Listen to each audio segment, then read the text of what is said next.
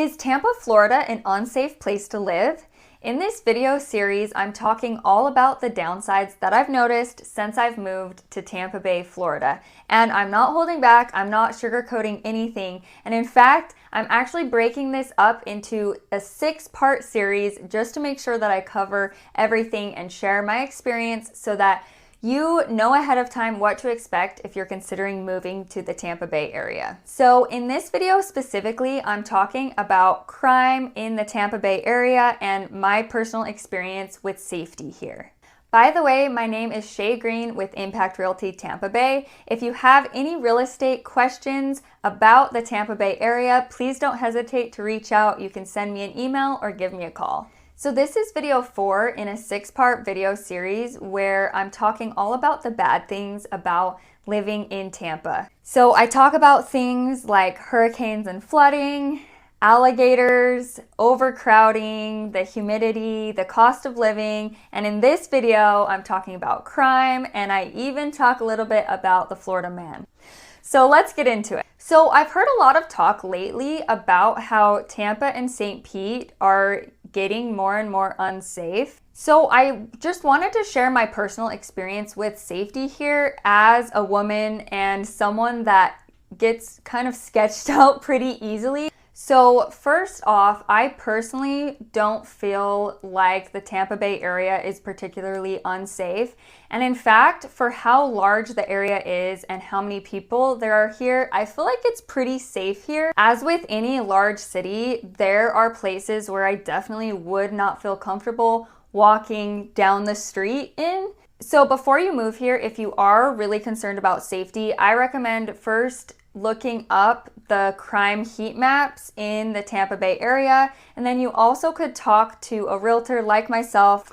I can help shed some more light on the specific areas and how they compare safety-wise. But in general, there's only been a couple of times in the past several years since I've lived here where I felt super sketched out to the point where I grabbed my taser that I keep in my purse just to have it in my hand just in case. But fortunately, nothing has happened. So I really don't think safety alone should be a reason why you shouldn't move here. And the actual downtown areas of downtown St. Pete and specifically downtown Tampa as well, they're really clean and really quite safe. Like, I feel totally comfortable walking around by myself during the day and even at night in most of those areas as well. So the issues are less like concentrated in the downtown areas, but more specific neighborhoods around the downtown. So just do your research before moving here, chat with a realtor so you understand the different neighborhoods.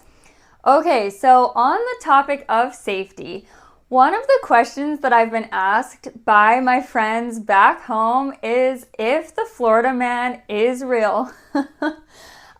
He is, by the way. So if you don't know what a Florida man is, it's like kind of, I guess it's like a meme that went viral a few years ago, just about all the crazy news headlines related to men in Florida. I will show some crazy examples on the screen so you know what I'm talking about. So the Florida man just became like this crazy persona of a person in Florida doing absolutely wild things. And I've definitely come across some interesting people here that I'm like, I feel like you could end up on a Florida man news headline. But I think people just experience that probably in any large city. But I just think it's funny, and I always joke that if I want to find a Florida man, I can just go to the nearest Wawa.